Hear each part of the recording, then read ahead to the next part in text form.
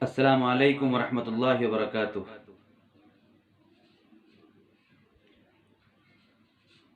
اعوذ باللہ من الشیطان الرجیم، بسم اللہ الرحمن الرحیم۔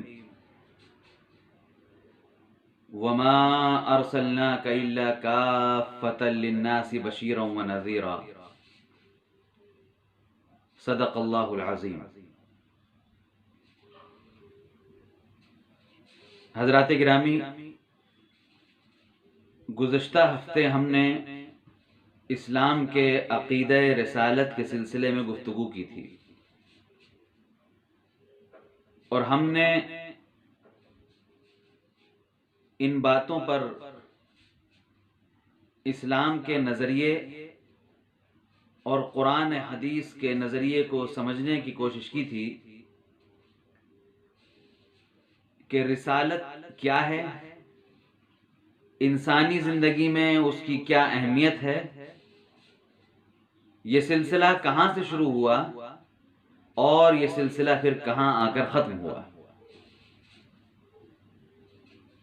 آج کی جو گفتگو ہے وہ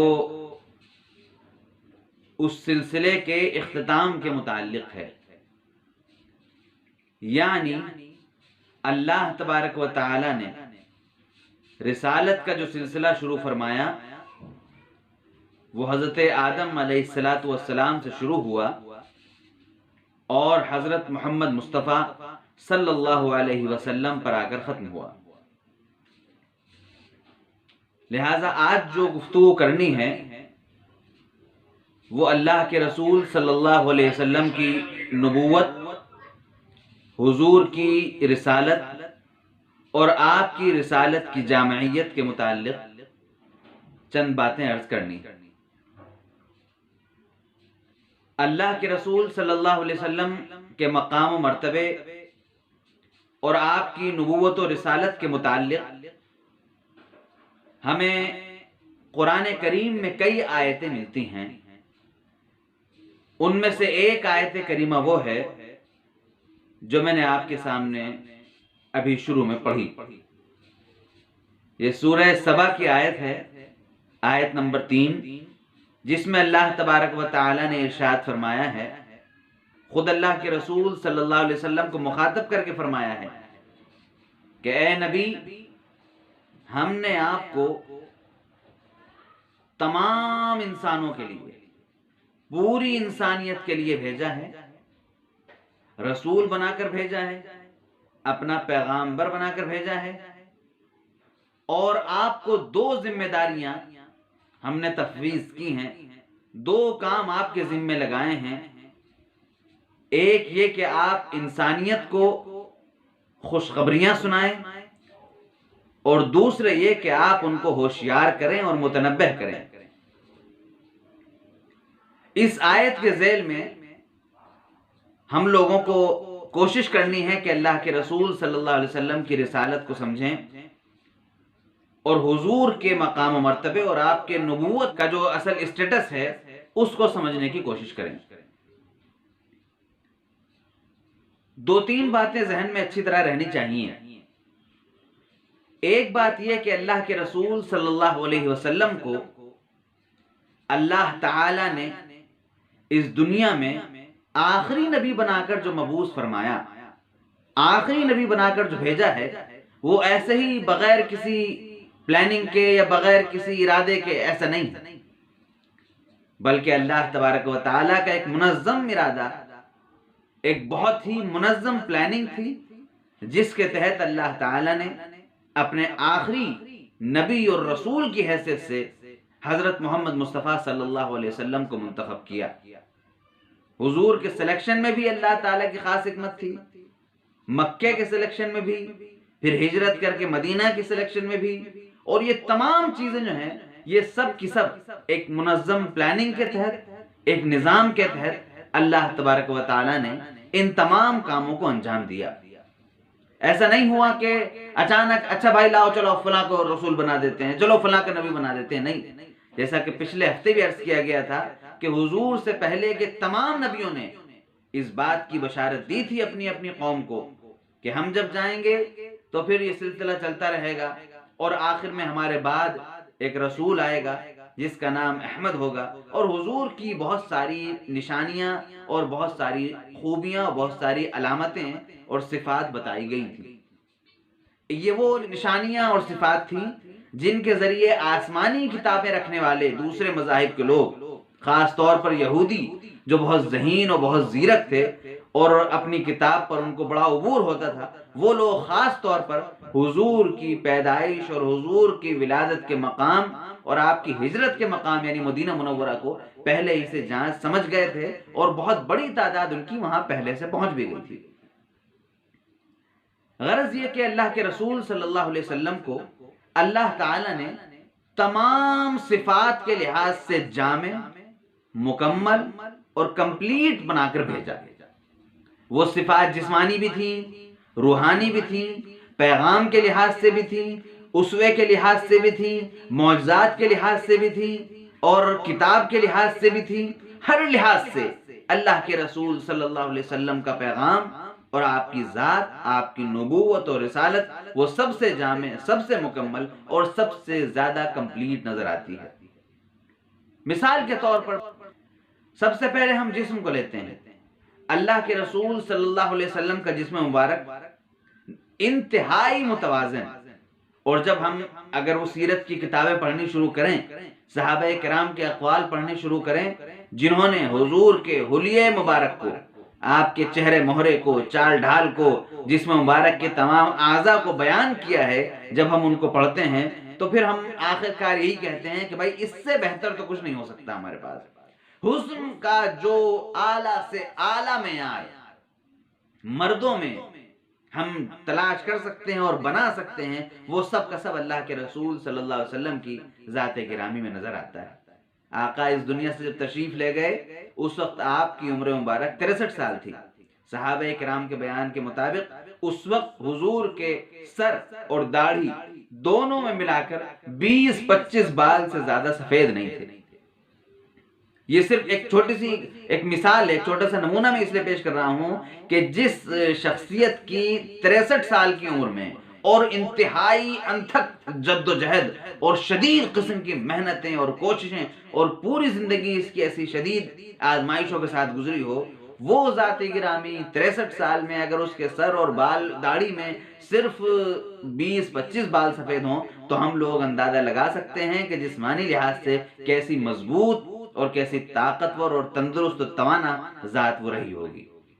اس کے علاوہ حسن کے معاملے میں بھی میں نے جیسے عرض کیا کہ صحابہ کرام کے بیانات اگر ہم پڑھیں، امام ترمذی کی کتاب شمائل ترمذی جس کے بہت سارے ترجمے مولانا کرامت علی جونپوری نے، مولانا محمد زکریا کاندھلوی نے رحمہ اللہ تعالی، ان تمام بزرگوں نے اور بھی دوسرے بزرگوں نے ان کتابوں کے اس کتاب کے ترجمے کیے ہیں۔ اگر ہم ان کو پڑھیں گے تو ہم اندازہ لگائیں گے کہ حضور کی ذات گرامی اپنے آپ میں کیسی جامع، مکمل، حسین اور خوبصورت تھی۔ اس سے زیادہ خوبصورتی کا تصور نہیں کیا جا سکتا، اس سے زیادہ خوبصورتی کا اندازہ نہیں لگایا جا سکتا۔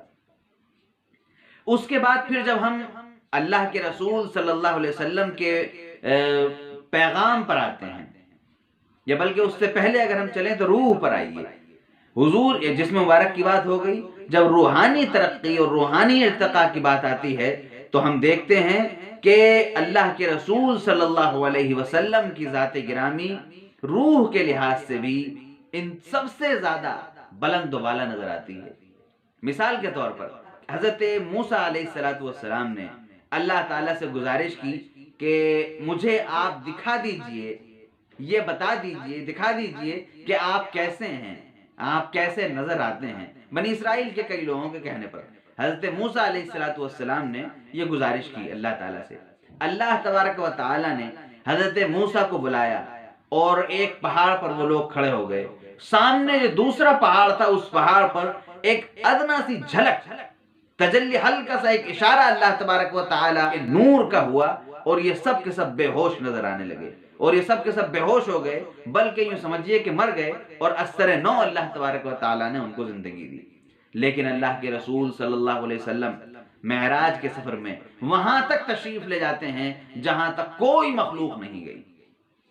معراج کا واقعہ اگر ہم احادیث کی کتابوں میں، احادیث کی صحیح ترین حدیثیں ہمارے پاس جو ہیں صحیح ترین کتابیں، ان میں جب ہم صحیح ترین احادیث کو پڑھتے ہیں معراج کے متعلق تو ہم حیران رہ جاتے ہیں کہ اللہ کے رسول صلی اللہ علیہ وسلم روحانی لحاظ سے، اندرون کے لحاظ سے اس اونچے مقام پر فائز ہیں جس اونچے مقام پر آپ کی برابری اور آپ کی ہمسری نہ کوئی نبی کر سکتا ہے، نہ کبھی کسی رسول نے کی، نہ کوئی فرشتہ اس کی ہمسری کر سکتا ہے اس اونچے مقام تک پہنچنے کی۔ اسی لیے ہم دیکھتے ہیں کہ جب اللہ کے رسول صلی اللہ علیہ وسلم سدرہ تک پہنچے، ایک خاص مقام تک پہنچے، تو اللہ کے رسول صلی اللہ علیہ وسلم کو اس بات کا اشارہ کیا کہ اب یہاں سے آپ آگے خود تشریف لے جائیں،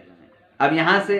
آپ آگے خود تشریف لے جائیں، اب یہاں سے ہم نہیں جا سکتے آپ کے ساتھ۔ کیوں؟ کیونکہ وہ مقام اب ایسا ہے جہاں کوئی مخلوق نہیں پہنچ سکتی، اس مقام تک اب کوئی مخلوق نہیں پہنچ سکتی، وہ ایسا مقام ہے، لہٰذا یہاں سے آپ کو آگے خود تشریف لے جانا ہے۔ اور اللہ کے رسول صلی اللہ علیہ وسلم اس مقام تک آگے خود گئے، تنہا گئے۔ لہٰذا روحانی لحاظ سے بھی معراج کا واقعہ چند دن پہلے ہی یہ رجب کا مہینہ 27 رجب گزری ہے، جو زیادہ مشہور قول کے مطابق شب معراج تھی، وہ ہمیں اس بات کا اشارہ دیتی ہے اور معراج کی حدیثیں ہمیں بتاتی ہیں کہ اللہ کے رسول صلی اللہ علیہ وسلم کا مقابلہ روحانی لحاظ سے کوئی مخلوق نہیں کر سکتی، بالکل اسی طرح سے جس طرح سے جسمانی حسن و جمال کے لحاظ سے بھی حضور کا مقابلہ کوئی اور مخلوق نہیں کر سکتی۔ اس کے بعد جب ہم پیغام پر آتے ہیں، رسالت، آپ کا پیغام، آپ جو میسج لے کر دنیا میں آئے، اس کے لحاظ سے جب ہم دیکھتے ہیں تو یہاں بھی ہمیں نظر آتا ہے اللہ کے رسول صلی اللہ علیہ وسلم کو صاف صاف کہا گیا کہ جو آیت کریمہ میں نے پڑھی، وَمَا أَرْسَلْنَاكَ إِلَّا كَافَّةً لِلنَّاسِ، اے رسول، اے ہمارے پیارے نبی، آپ کو ہم نے پوری انسانیت کے لیے، تمام انسانوں کے لیے رسول بنا کر بھیجا ہے۔ آپ پوری انسانیت کے نبی ہیں۔ حضور سے پہلے جو نبی اور رسول اس دنیا میں آئے، ان کا کوئی خاص ایریا ہوتا تھا یا ان کی رسالت کی خاص ڈیوریشن تھی، مدت خاص تھی کہ بس یہاں سے یہاں تک آپ کا پیغام چلے گا اور پھر ختم۔ اسی طرح سے ان کی جو کتابیں ہوتی تھیں ان کی بھی خاص مدت تھی کہ اس قوم کے لیے وہ کتابیں ہیں، اس سے آگے پھر وہ کتاب اب ساتھ نہیں دے گی، اب اللہ تبارک تعالیٰ دوسری کتاب لائے گا۔ لیکن اللہ کے رسول صلی اللہ علیہ وسلم کا معاملہ یہ ہے کہ آپ کو تمام انسانیت کے لیے، پوری انسانیت کے لیے نبی بنا کر، رسول بنا کر بھیجا گیا۔ اس کا ایک مطلب یہ ہے کہ آپ کا پیغام پوری انسانیت کے لیے، آپ صرف مسلمانوں کے رسول نہیں ہیں۔ اگر مسلمان یہ سمجھتے ہیں کہ حضور صرف ہمارے ہیں تو وہ غلطی پر ہیں، غیر مسلم یہ سمجھتے ہیں کہ محمد صلی اللہ علیہ وسلم صرف مسلمانوں کے ہیں تو وہ بھی غلطی پر ہیں، بلکہ اس میں زیادہ بڑی غلطی ہماری ہے کہ ہم نے انسانیت کو یہ نہیں بتایا کہ ہمارے رسول ہمارے نہیں ہیں بلکہ ہم سب کے ہیں، پوری انسانیت کے ہیں اور تمام مخلوقات کے وہی رسول ہیں۔ لہٰذا ایک تو پیغام کی وسعت کے لحاظ سے، اسی لیے دنیا کے سامنے جب قرآن کریم نے اللہ تبارک و تعالیٰ نے نمونہ پیش کیا تو فرمایا کہ تمہارے لیے لَقَدْ كَانَ لَكُمْ فِي رَسُولِ اللَّهِ أُسْوَةٌ حَسَنَةٌ، اگر تمہیں نمونہ تلاش کرنا ہے، اگر تمہیں کوئی آئیڈیل اپنا بنانا ہے، کسی کو پوری انسانیت سے خطاب کر کے ایک عام پیغام ہے، تو تمہیں اپنا جو نمونہ بنانا ہوگا، اپنے لیے جو آئیڈیل بنانا ہوگا، وہ حضرت محمد مصطفیٰ کو بنانا ہوگا۔ ان کو جب اپنا نمونہ بناؤ گے تبھی کامیابی تمہارے قدم چومے گی، ورنہ کامیاب نہیں ہو سکو گے۔ یہ آیت جو نازل ہوئی ہے وہ اصل مومنین کے اور مسلمانوں کے تذکرے کے ذیل میں آئی ہے، لیکن حقیقت میں اگر دیکھا جائے تو یہ ایک عام پیغام ہے اور پوری انسانیت کے لیے ہے۔ تو ایک تو رسالت کے لحاظ سے، نمونے کے لحاظ سے، حضور جو کتاب لے کر آئے قرآن کریم، اس کتاب کو اللہ تعالیٰ نے آقا کے اوپر جب سے نازل ہوئی اس وقت سے لے کر قیامت تک اب وہی کتاب چلے گی۔ اس سے پہلے کی ساری کتابیں اب منسوخ، ہمیں ان سب کو خدا کی کتابیں تو ماننا ہے لیکن اب ہمیں ان پر عمل نہیں کرنا ہے۔ لہٰذا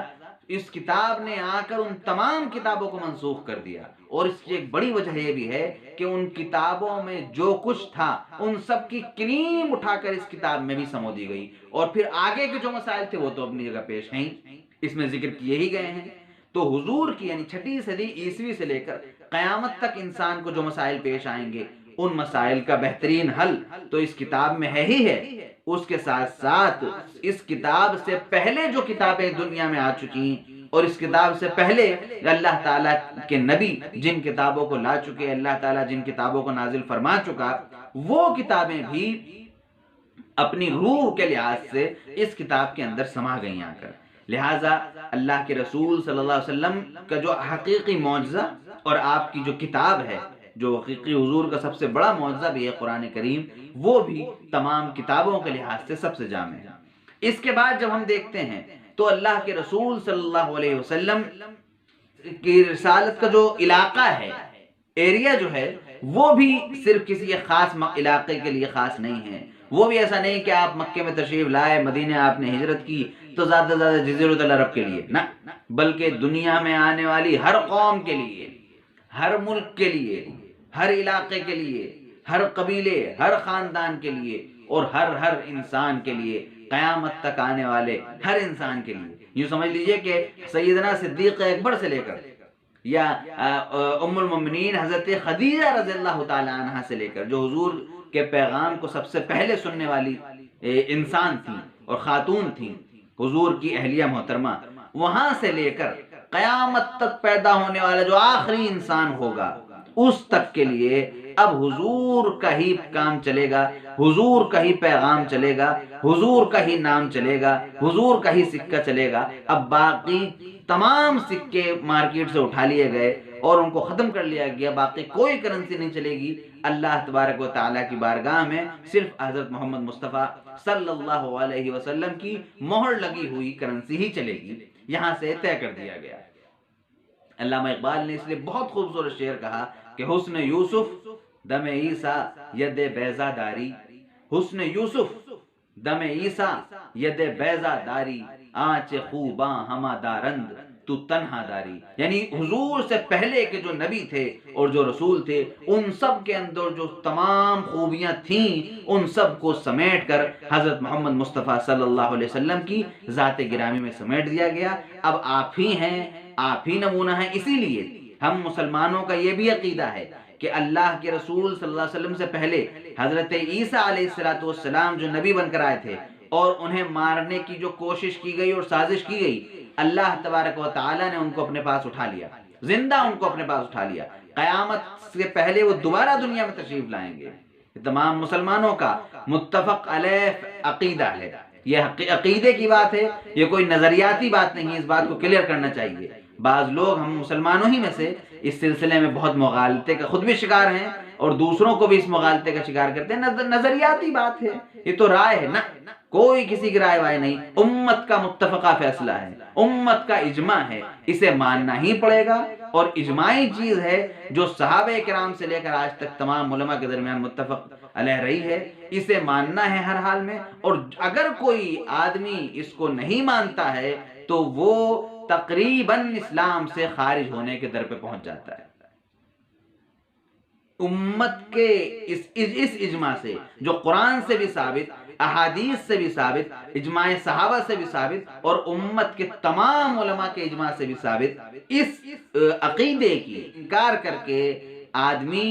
اسلام کے دائرے سے خارج ہونے کے کنارے پہ پہنچ جاتا ہے بالکل۔ اگر اس نے اپنی فکر نہ کی اور اس نے ذرہ برابر بھی اس معاملے میں مزید ڈھیل پن اختیار کیا تو وہ دائرہ اسلام سے خارج ہو جائے گا۔ لہذا ہمارا متفقہ فیصلہ ہے۔ تو حضرت عیسیٰ علیہ السلام بھی قیامت سے پہلے جب تشریف لائیں گے تو حدیث میں اس بات کی وضاحت کی گئی ہے کہ وہ حضرت عیسیٰ بھی امت محمدیہ کے ایک فرد کی حیثیت سے تشریف لائیں گے، ایک نبی اور رسول کی حیثیت سے نہیں آئیں گے، بلکہ اس وقت بھی وہ اللہ کے رسول حضرت محمد مصطفیٰ صلی اللہ علیہ وسلم کے ایک امتی اور آپ کے پیچھے چلنے والے، آپ کے ایک پیروکار، آپ کے ایک متبع، آپ کے ایک مقتدی کی حیثیت سے تشریف لائیں گے اور اس دنیا میں رہیں گے اور پھر اس دنیا سے واپس تشریف لے جائیں گے۔ یہاں اس بات کا ذکر کرنا بھی ضروری ہے، جب حضور کی نبوت کا اور رسالت کا ذکر ہو رہا ہے تو یہ بات بھی سمجھنی چاہیے کہ اللہ کے رسول صلی اللہ علیہ وسلم پر رسالت کا سلسلہ ختم ہو گیا۔ آپ کے بعد اب کوئی نبی، کوئی رسول نہیں آئے گا۔ آپ کے بعد اللہ تعالیٰ کسی کے پاس اپنا پیغام اپنے نبی کے ذریعے نہیں پہنچائے گا۔ سارا معاملہ ختم، نبوت کا دروازہ بند، وحی کا دروازہ بند، اب کوئی نبی نہیں ہو سکتا، کوئی رسول نہیں ہو سکتا، کسی کے پاس فرشتے کے ذریعے اللہ تعالیٰ کا پیغام نہیں آ سکتا۔ لہذا اللہ کے رسول صلی اللہ علیہ وسلم کے بعد کسی اور کو نبی ماننا، کسی اور کو رسول ماننا، یا کوئی ایسا عقیدہ رکھنا جس سے نبوت اور رسالت کا عقیدہ ذرہ برابر بھی متاثر ہوتا ہو، یعنی نبوت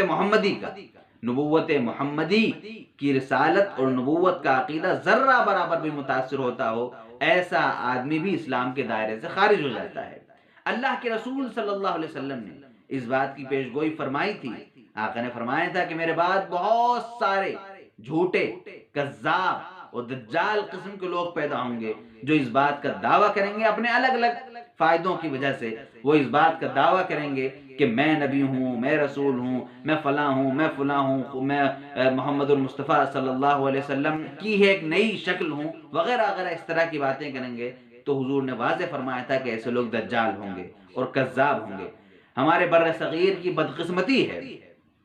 اور ہمارے لیے بڑے شرم کی اور عار کی بات ہے کہ ہمارے ہاں بھی ایک ایسا انسان پیدا ہوا جس کو مرزا غلام احمد قادیانی کے نام سے جانا جاتا ہے۔ اس نے ایک نئے مذہب کی بنیاد رکھی، اور یہ بات بالکل واضح رہنی چاہیے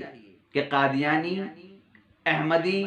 مرزائی، کسی بھی نام سے اپنے آپ کو معروف کرنے والا کوئی بھی انسان، چاہے اس کا نام عبداللہ ہی کیوں نہ ہو، محمد ہی کیوں نہ ہو، احمد ہی کیوں نہ ہو، لیکن امت کے علماء نے متفقہ طور پر ان حضرات کے عقیدے کے سلسلے میں یہ فیصلہ کیا کہ یہ ایک الگ مذہب ہے، جس طرح ہندو مذہب ہے، یہودی مذہب ہے، عیسائی مذہب ہے، بدھ مذہب ہے، اس طرح سے یہ قادیانی مذہب بھی ایک الگ مذہب ہے جس کا اسلام سے کوئی تعلق نہیں۔ اور ان کے یہاں خطرناکی اس مذہب کی یہ ہے کہ باقی مذہبوں کو ہم نام کے ذریعے پہچان لیتے ہیں، لیکن یہ اس مذہب کے لوگوں کا ماننا یہ ہے کہ نہیں،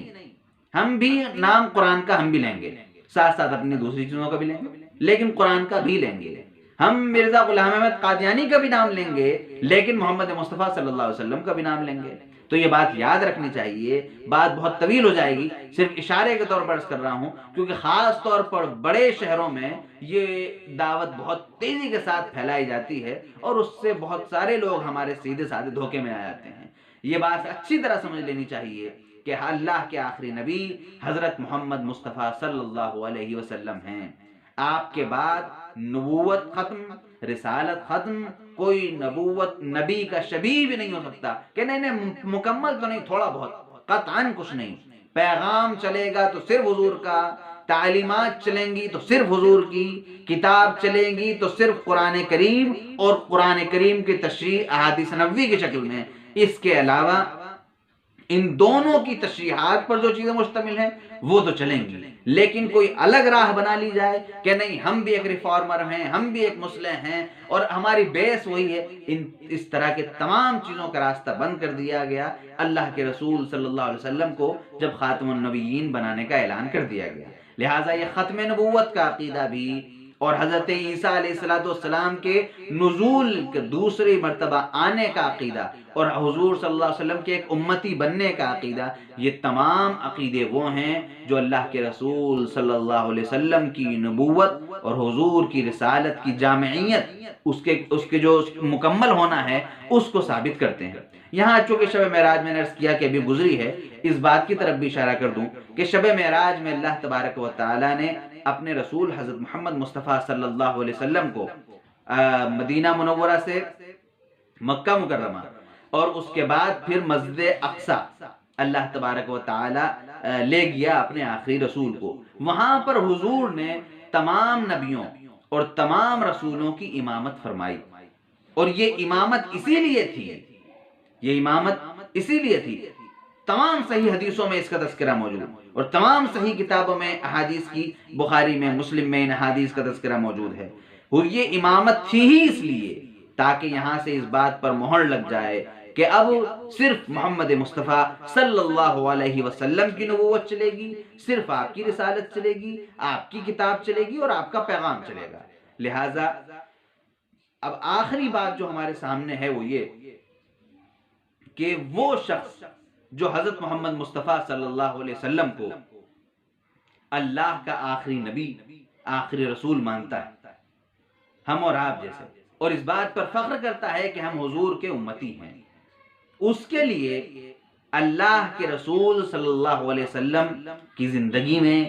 آپ کے تعلیمات میں اس کے لیے کیا پیغام ہے۔ میں نے جیسا کہ آیت کریمہ پیش کی، اس پر ہم گفتگو کر رہے ہیں، وَمَا أَرْسَلْنَاكَ إِلَّا كَافَّةً لِلنَّاسِ، اس پر تو گفتگو ہو گئی کہ حضور تمام انسانیت کے لیے، تمام انسانوں کے لیے ہیں۔ کیا کیا شکلیں ہو سکتی ہوں میں نے آپ کے سامنے مختصراً اشارتاً پیش کر دی۔ آگے جو ہے بشیرا و نذیرا، یہاں سے حضور کے دو کام سامنے آئے، ایک کام یہ کہ آقا بشیر ہیں اور دوسرا یہ کہ آقا نذیر ہیں۔ بشیر کا مطلب یہ کہ آقا اس بات کی وضاحت فرمانے والے ہیں، اس بات کو طے کرنے والے ہیں کہ میرے بعد جو شخص یہ کام کرے گا اس کے لیے اللہ تبارک و تعالی دنیا میں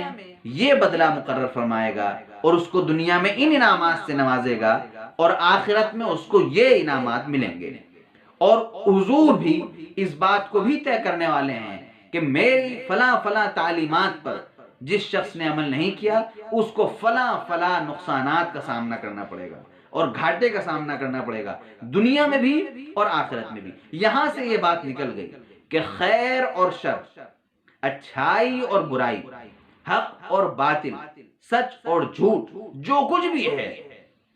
اس کی وضاحت کرنا اللہ کے رسول صلی اللہ علیہ وسلم کی ذمہ داری ہے۔ ظاہر بات ہے تبھی آدمی بشیر بنے گا جب وہ تمام چیزوں کو بتا دے کہ یہ کام اچھے ہیں اور ان کا رزلٹ اچھا آنے والا ہے، اور تبھی آدمی نذیر بنے گا جب وہ تمام چیزوں کو طے کر دے اور بتا دے کہ یہ کام خطرے والے ہیں، یہ کام اللہ تعالیٰ سے دور کرنے والے ہیں، یہ کام اللہ تعالیٰ کی رضا سے دور کرنے والے ہیں، یہ کام اللہ تعالیٰ کو ناراض کرنے والے ہیں، تمہاری دنیا بگاڑنے والے ہیں، تمہاری عاقبت بھی خراب کرنے والے ہیں۔ تو جب یہ بات طے ہوگی تو آدمی متنبہ ہوگا، اور یہ تنبیہ ہی کام ہے نذیر کا۔ اللہ کے رسول صلی اللہ علیہ وسلم نے پوری وضاحت کے ساتھ 2-2-4 کی طرح حضور نے اس بات کو طے فرما دیا۔ اسی لیے حجۃ الوداع میں حضور نے 1.25 لاکھ صحابہ کرام کا سمندر آپ کے سامنے تھا، آقا نے اسی لیے فرمایا تھا کہ میں نے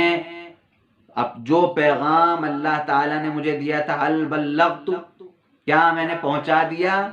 سب نے کہا بالکل آپ نے پہنچا دیا۔ حضور نے 3 بار پوچھا میں نے پہنچا دیا کہ نہیں پہنچا دیا پیغام؟ سب نے بالکل فرمایا کہ ہاں آپ نے پہنچا دیا، ہم گواہی دیتے ہیں کہ آپ نے پیغام پہنچانے کا حق ادا کر دیا۔ پھر اللہ کے رسول صلی اللہ علیہ وسلم نے 3 مرتبہ اپنی شہادت کی انگلی آسمان کی طرف بلند فرمائی اور اللہ تعالیٰ کو گواہ بنایا، اے پروردگار اللہم اشہد، اے پروردگار تو بھی گواہ رہے۔ آج اپنے ان بندوں کی گواہی کو نوٹ فرما لے اور تو اس بات کو دیکھ لے کہ تیرے بندے اس بات کا اقرار کر رہے ہیں کہ جو ذمہ داری میرے کاندھوں پر ڈالی گئی تھی وہ میں نے پہنچا دی۔ لہٰذا اللہ کے رسول صلی اللہ علیہ وسلم کی سیرت کا مطالعہ اور احادیث کی کتابوں کا مطالعہ انتہائی ضروری ہے، تاکہ یہ سمجھ میں آئے کہ اللہ کے رسول صلی اللہ علیہ وسلم کی ذات گرامی کیا ہے، آپ کی ذات کیسی تھی، آپ کی پوری زندگی سمجھ میں آئے۔ جب زندگی سمجھ میں آئے گی تو پھر یہ سمجھ میں آئے گا کہ حضور نے ہمیں کیا کیا باتیں بتائی ہیں، کیا تعلیمات دی ہیں، اور کن کن ناحیوں سے ایک شوہر بھی حضور نظر آتے ہیں، اس لحاظ سے آپ کی تعلیمات کیا ہیں، ایک دوست اور رفیق نظر آتے ہیں، اس لحاظ سے کیا تعلیمات ہیں، ایک پڑوسی کی حیثیت سے، ایک باپ کی حیثیت سے، ایک داماد کی حیثیت سے، ایک خسر کی حیثیت سے، ایک کمانڈر کی حیثیت سے، فوجی کمانڈر کی حیثیت سے، ایک سیاسی فرما روا کی حیثیت سے، بادشاہ اور حکمراں کی حیثیت سے، کہہ لیں حکمراں کا لفظ استعمال کرنا چاہیے، تو ان تمام حیثیتوں سے، ایک مبلغ، ایک داعی، ایک خطیب، ایک معلم، ایک مربی، ان تمام حیثیتوں سے اللہ کے رسول صلی اللہ علیہ وسلم کی زندگی میں بہت واضح پیغام نظر آتا ہے۔ بچپن بھی آقا کا نظر آتا ہے، جوانی بھی نظر آتی ہے، ادھیڑ عمر بھی نظر آتی ہے، بڑھاپا بھی نظر آتا ہے، یہ تمام چیزیں آقا کی نظر آتی ہیں، اور ان تمام چیزوں میں اللہ کے رسول صلی اللہ علیہ وسلم کس طرح لوگوں سے، چھوٹوں سے، بڑوں سے، عورتوں سے، بچوں سے، مردوں سے، ہر لحاظ کے لوگوں سے، ہر طرح کے لوگوں سے کس طرح پیش آتے ہیں، یہ ہمیں آقا کی تعلیمات میں ملتا ہے۔ لہٰذا ہم سب کو چاہیے